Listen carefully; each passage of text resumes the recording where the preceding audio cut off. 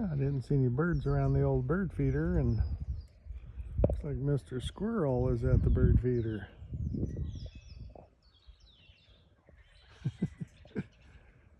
Kind of riding it around. We have black oil sunflower seeds in there. They love them.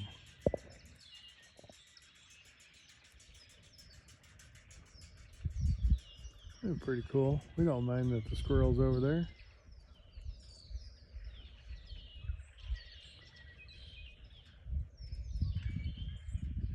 He's got to eat too. The sun just came out. It's been raining. So he thought he'd just come over and have him a little snack. Nothing wrong with that.